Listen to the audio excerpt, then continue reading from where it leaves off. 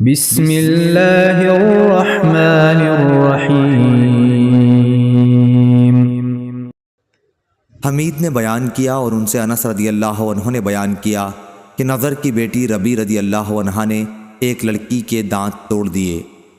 اس پر لڑکی والوں نے تاوان مانگا اور ان لوگوں نے معافی چاہی، لیکن معاف کرنے سے انہوں نے انکار کیا۔ چنانچہ نبی کریم صلی اللہ علیہ وسلم کی خدمت میں حاضر ہوئے تو آپ نے بدلہ لینے کا حکم دیا، یعنی ان کا بھی دانت توڑ دیا جائے۔ انس بن نضر رضی اللہ عنہ نے عرض کیا، یا رسول اللہ صلی اللہ علیہ وسلم، ربی کا دانت کس طرح توڑا جا سکے گا؟ نہیں، اس ذات کی قسم جس نے آپ کو حق کے ساتھ مبعوث فرمایا ہے، اس کا دانت نہیں توڑا جائے گا۔ حضور صلی اللہ علیہ وسلم نے فرمایا، انس، کتاب اللہ کا فیصلہ تو بدلہ لینے قصاص ہی کا ہے۔ چنانچہ یہ لوگ راضی ہو گئے اور معاف کر دیا۔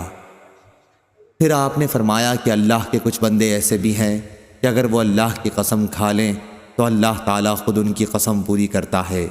فزاری نے اپنی روایت میں حمید سے اور انہوں نے انس رضی اللہ عنہ سے یہ زیادتی نقل کی ہے کہ وہ لوگ راضی ہو گئے اور تاوان لے لیا۔ صحیح بخاری حدیث نمبر 2703۔ عبد الرزاق نے خبر دی، کہا ہم کو معمر نے خبر دی حمام سے، اور ان سے ابو ہریرہ رضی اللہ عنہ نے بیان کیا کہ رسول اللہ صلی اللہ علیہ وسلم نے فرمایا، انسان کے بدن کے 360 جوڑوں میں سے ہر جوڑ پر ہر اس دن کا صدقہ واجب ہے جس میں سورج طلوع ہوتا ہے، اور لوگوں کے درمیان انصاف کرنا بھی ایک صدقہ ہے۔